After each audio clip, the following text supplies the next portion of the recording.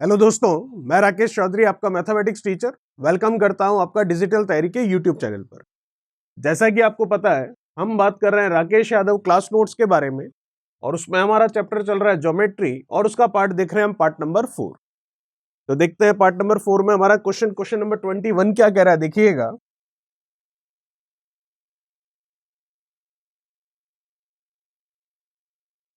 Twenty one आपको कह रहा है ABCD किसी सम चतुर्भुज के शीर्ष है। ठीक है, शीर्ष मतलब उसके वर्टेक्स पॉइंट आपको गिवन है ABCD।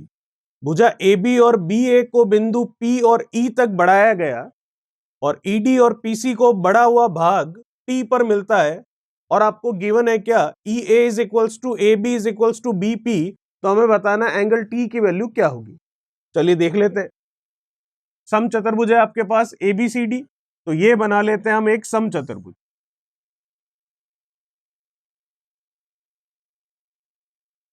नाम दे देते हैं इसको A, B, ये C और ये क्या D। आपको कह रहा है भुजा AB को और BA को बिंदु P और E तक बढ़ाया गया। AB ये रही, इसको आगे बढ़ाया गया जो कि कहां पर, बिंदु P पर, यहां तक। और BA को E तक बढ़ाया गया, ये BA, इसको बढ़ाया गया यहां तक। इसको नाम दे दिया है क्या, E। ठीक है, फिर आपको कह रहा है ED और PC को बढ़ा हुआ भाग, ED ये रहा, इस तरह से ये बढ़ गया, और PC ये रहा जो कि इस तरह से ये यहां बढ़ गया। तो इसका मतलब इनका बढ़ा हुआ भाग कहां पर मिल रहा है, ये मिल रहा है T पर। ठीक है, ये T पॉइंट पर मिल रहा है। तो आपको ये एंगल पूछ रहा है जिसको नाम हमने दे दिया कितना, थीटा। और आपको क्या क्या कंडीशन दे रखी है वो जरा देख लेते हैं हम। आपको कह रहा है ई ए आप देख सकते हैं, ई से ए ये रहा, ई ए बराबर है ए बी के, ये बराबर हो गया। ये बराबर है बी पी के, तो ये इसके बराबर हो गया। और जैसा कि आपको स्टार्टिंग में ही कह दिया है एबीसीडी एक सम चतुर्भुज है, ए बी सी डी ये सम चतुर्भुज है, तो ये चारों भुजाएं तो वैसे ही बराबर है और फिर ये दो भुजाएं भी बराबर दे दी प्रश्न में। अब हम ये देख सकते हैं कि त्रिभुज ए डी और ई में ये दोनों भुजाएं बराबर है, तो ये दोनों कोण भी बराबर होंगे। इसको नाम दे दिया हमने थीटा, तो ये भी कितना हो गया, थीटा। अब बात करते हैं त्रिभुज बी पी और सी की। इसमें हम देख सकते हैं ये दो भुजाएं बराबर है, तो इन दो भुजाओं के द्वारा असमान भुजा पर बनने वाले कोण भी ये बराबर होंगे। इसको नाम दे दिया x, तो ये भी कितना हो गया, x। या थीटा वन थीटा टू ऐसे भी कह सकते हैं। इधर वाले थीटा वन हो गए और ये थीटा टू हो गए। अब देखिएगा, ये त्रिभुज है आपके पास, इस त्रिभुज के दो अंतः कोण आपको पता है, तो तीसरे कोण का बाहरी कोण हमें निकालना है, तो वो क्या होगा, इन दोनों के योगफल के बराबर, मतलब 2 थीटा। ये त्रिभुज है आपके पास, इस त्रिभुज के दोनों अंतः कोण आपको पता है, तो दोनों अंतः कोण पता है, तो तीसरे कोण का बाहरी कोण जो कि इन दोनों अंतः कोणों के योगफल के क्या होगा, बराबर होगा। क्यों, क्योंकि ये त्रिभुज की प्रॉपर्टी होती है, हमने समझी है। अब हम बात करते हैं किसके, इस थीटा के बारे में। तो देखिएगा यहां पर हम ये देख सकते हैं कि ए बी सी डी एक सम चतुर्भुज है। तो सम चतुर्भुज के लिए हमें पता है आमने सामने के कोण क्या होते हैं, बराबर। तो ये अगर 2 थीटा है तो ये भी कितना होगा, 2 थीटा। और ये अगर 2x है तो ये भी कितना होगा, 2x होगा। और साथ ही साथ हमें एक और गुण पता है कि आमने सामने के कोणों का योगफल जब करेंगे, या फिर यूं कहते हैं कि आमने सामने के कोण बराबर होते हैं सम चतुर्भुज में, और साथ ही साथ एक ही भुजा पर, एक ही रेखा पर आने वाले दोनों कोणों का योगफल कितना होता है, 180 डिग्री होता है। क्यों, क्योंकि दोनों ही अंतः कोण होते हैं, इंटरनल एंगल्स होते हैं, इस वजह से। तो टू थीटा और 2x इनका योगफल कितना होगा, 180। तो हम कह सकते हैं 2 थीटा प्लस 2x कितना, 180 डिग्री। 2 कॉमन आ जाएगा तो थीटा प्लस x कितना हो जाएगा, 90 डिग्री। चलिए, लेकिन हमारा प्रश्न क्या है, ये निकालना है t, जिसको थीटा वन नाम दिया हमने। थीटा इधर ले लिया इसलिए इसको थीटा वन कह देते हैं। थीटा वन की वैल्यू निकालनी है, तो मैं पूरा त्रिभुज देखूं बड़ा वाला, TEP। तो त्रिभुज TEP के बारे में बात कर रहे हैं। तो त्रिभुज में 3 कोण है, थीटा वन, थीटा और एक्स, तीनों का योगफल कितना होगा 180, तो हम ले लेते हैं theta 1 plus theta plus x is equals to 180। इसमें से हमें थीटा प्लस एक्स पता है कितना 90 डिग्री है, तो थीटा 1 हमें निकालना है, तो इसकी वैल्यू तो 90 है, तो लिख ली बराबर में कितना 180, 90 उधर चला जाएगा तो 180 में से 90 कम कर लिया, तो थीटा 1 कितना आ गया 90 डिग्री। यही आपको पूछा था थीटा 1 की वैल्यू क्या होगी, मतलब एंगल टी पूछा था, जो कि आ रहा है 90 डिग्री, और यही आपका क्या हो गया आंसर हो गया। चलिए बात करते हैं नेक्स्ट क्वेश्चन, क्वेश्चन नंबर 22 के बारे में।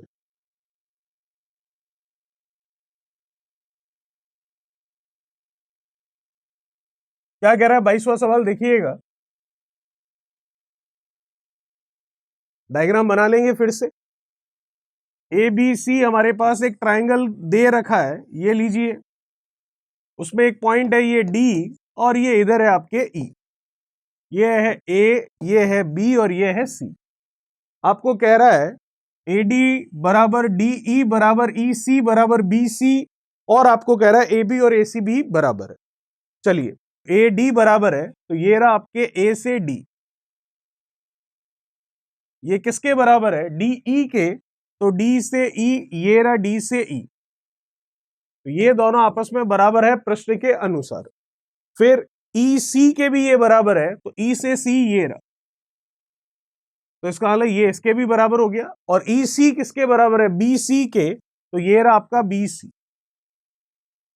तो प्रश्न के अनुसार ये सारी चीजें आपस में बराबर हो चुकी है। और भी दो लाइनें बराबर है जो कि हम देख सकते हैं, वो कौन सी है, वो है ए बी और ए सी, मतलब ये बड़ी वाली, जो ये ए बी बराबर हो गई ए सी के प्रश्न के अनुसार। चलिए अब देखिएगा, ए डी और डी ई बराबर है, तो ये दोनों कोण भी बराबर होंगे। ये अगर हमने बोला थीटा है, तो ये भी कितना होगा थीटा होगा, कोई दिक्कत वाली बात नहीं है। चलिए अब हमारा ये जो त्रिभुज है ए ई और डी, इस त्रिभुज के दो अंतः कोण हमें पता है, तीसरे कोण का बाहरी कोण अगर मैं देखूं तो इनके योगफल के बराबर होगा, मतलब ये कितना हो गया 2 थीटा हो गया। और मैं देख सकता हूं कि ई डी और ई सी बराबर है, तो ये 2 थीटा है, तो ये भी कितना हो गया 2 थीटा होगा, कोई दिक्कत वाली बात नहीं। अब हम ये देख सकते हैं कि त्रिभुज ई डी और सी, त्रिभुज ई डी सी में दो अंतः कोण पता है, तो तीसरे कोण का बाहरी कोण हम लेंगे इनके योगफल के बराबर, तो ये हो गया कितना आपके 4 थीटा। ठीक है यहां तक। चलिए अब देखिएगा, ये हुआ है 4 थीटा, लाइनें कौन सी बराबर है ई सी और बी सी बराबर है, तो इसका मतलब ये 4 थीटा होगा, तो ये भी कितना होगा 4 थीटा ही होगा। क्यों? क्योंकि कोण बराबर होंगे इस वजह से। ठीक है, तो हमने ये त्रिभुज देखा यहां पर। चलिए ये नहीं होगा, इस तरह से वापस देख लेते हैं इसको।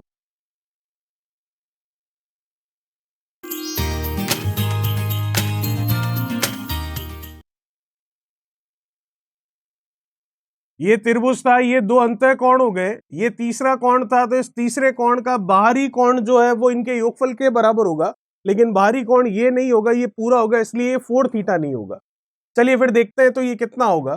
तो अगर हम बात करें, ये 2 थीटा, ये 2 थीटा है, तो इसको अगर हम ले लें तो ये कितना होगा, ये आपका हो जाएगा थीटा, ये पूरा कितना होगा, ये होगा आपके 3 थीटा, और इस पूरे के बारे में बात करें तो ये 2 थीटा हो चुका है, ये कितना होगा फिर आपका 3 थीटा, इस थीटा की वजह से। तो अब अगर हम देखें ये 3 थीटा हुआ था, तो ए बी और ए सी बराबर है, तो ए बी और ए सी दो समान भुजाएं हैं, तो असमान भुजा पर बनने वाले इन समान भुजाओं के द्वारा कोण भी बराबर होंगे, तो ये 3 थीटा निकला, तो इसका मतलब ये भी कितना होगा पूरा 3 थीटा। तो हम देखें त्रिभुज ए बी सी में एंगल ए, एंगल बी और एंगल सी मिलाकर कितना होगा 180।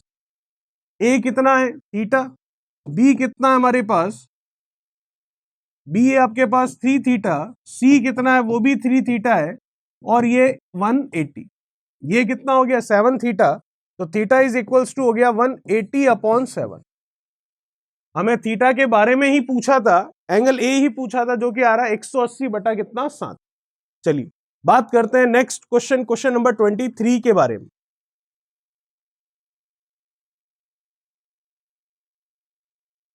क्या कह रहा है 23वां सवाल, देखिएगा। डायग्राम बना हुआ आपके पास। ए, ये इसको बी कह रहा है, ये एफ कह रहा है, ये है डी, ये है जी, ये है सी और ये है ई। ठीक है यहां तक। ए बी बराबर बी सी। ए बी में देखूं, ए से बी ये रहा, ये बराबर है बी सी के, तो ये हो गया बी सी के बराबर। चलिए फिर ये बराबर है किसके, सी डी के, तो ये बराबर हो गया सी डी के, तो सी डी ये रही। चलिए फिर कह रहा है ये बराबर है किसके, डी ई के, तो डी ई हम देख सकते हैं, ये डी और ई कहां है, ये रहा। फिर बराबर में ही चल रहा है, तो इसके बराबर में क्या हो गया, ई एफ, ये बराबर हो गया ई एफ के, तो ई से एफ ये रहा। ये बराबर है किसके, एफ जी के, एफ कहां है मैं देख सकता हूं, ये रहा, एफ जी ये रहा जी, ये इसके बराबर हो गया। और ये बराबर है किसके, जी ए के, तो ये बराबर हो गया जी ए के। चलिए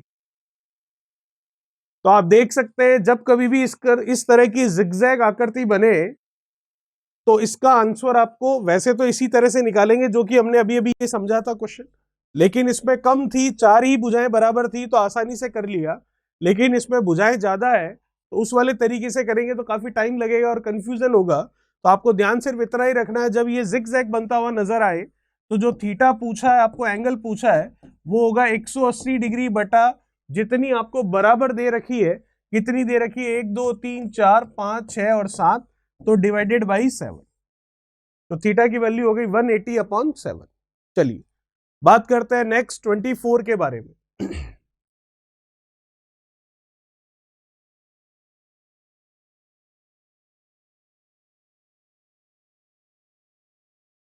क्या कह रहा है क्वेश्चन नंबर 24, डायग्राम बना लेते हैं फिर से।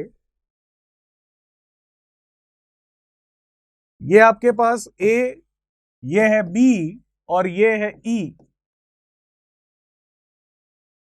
ये हो गया आपके डी सी। ठीक है यहां तक, जिसकी वैल्यू है कितनी, 37। हमें एंगल निकालना है ये, जिसको नाम दे देते हैं हम थीटा, डीई सी निकालना है, तो डीई सी मतलब इसकी वैल्यू निकालनी। चलिए ये लाइन इस तरह से हमने यहां ड्रॉ की, ये आपको दे रखा है इधर कितना 9 है, ये आपको गिवन है कितना 9, तो ये 9 है तो ये भी कितना होगा 9 होगा, क्योंकि हम क्या बना रहे हैं, समानांतर चतुर्भुज पैरेललोग्राम बना रहे हैं। ठीक है, ये 37 है तो ये भी कितना होगा 37 होगा। पूरा आप देख सकते हो कितना दे रखा है, 78 है, उसमें से 37 हमने ले लिया, तो पीछे कितना रह गया, ये रह गया आपके कितना 41। ठीक है यहां तक। अब देखिए ये कितना दे रखा आपको 40। चलिए ठीक है यहां तक। तो मैं बात करता हूं त्रिभुज सी, इसको नाम हम दे देते हैं क्या, एफ, क्योंकि A B C D E तक आ चुका है तो अब एफ ही बचा, तो ये हो गया एफ। तो हम बात कर लेते हैं सी एफ और बी जो त्रिभुज है उसके बारे में।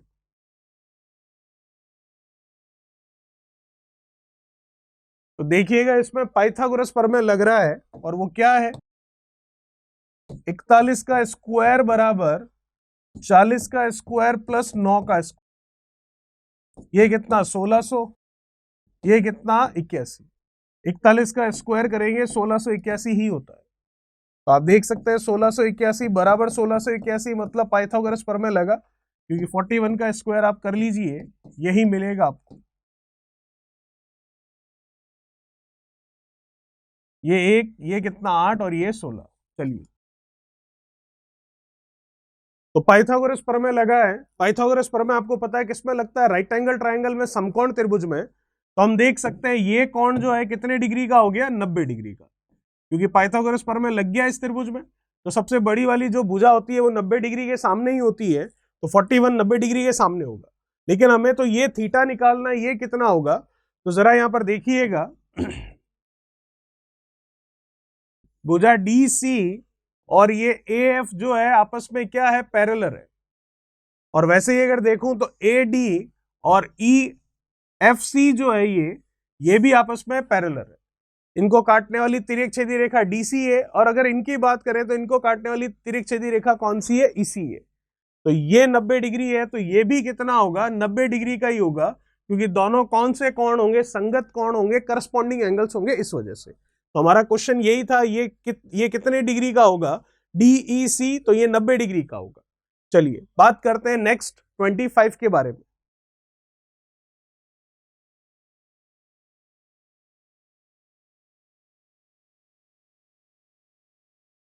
क्या कह रहा है क्वेश्चन नंबर 25, देखिए त्रिभुज है आपके पास एबीसी, डायग्राम बना लेते हैं फिर से।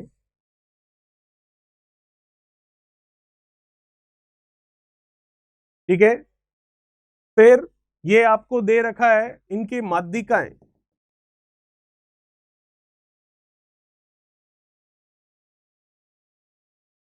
ये आपका जी मतलब केंद्रक। केंद्रक क्या होता है किसी भी त्रिभुज के लिए, जहां पर किसी भी त्रिभुज की तीनों माध्यिकाएं एक दूसरे को काटती है, तीनों मीडियंस जो है एक दूसरे को इंटरसेक्ट करती है, कट करती है, वही पॉइंट उनका केंद्रक सेंट्रॉइड कहलाता है।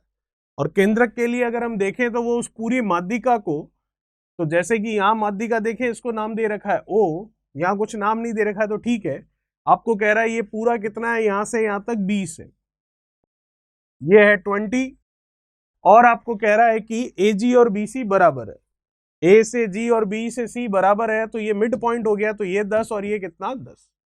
अब देखिएगा जो केंद्रक होगा वो इस पूरी माध्यिका को 2:1 के अनुपात में बांट, तो 2 होता है अनुपात यहां से यहां तक का, और 1 होता है अनुपात यहां से यहां तक, ये वाला 1 होता है। तो 2:1 में बांटेगा तो 2 की वैल्यू 20 है, तो 1 की वैल्यू कितनी होगी, 10 होगी। हमें एंगल पूछ रहा है कौन सा, बीजीसी। बीजीसी मतलब ये कोण आपको बताना है क्या होगा। ठीक है, इस कोण के बारे में जानकारी देनी है तो दे देते हैं। तो देखिएगा इस कोण को अलग से बनाकर देखते हैं।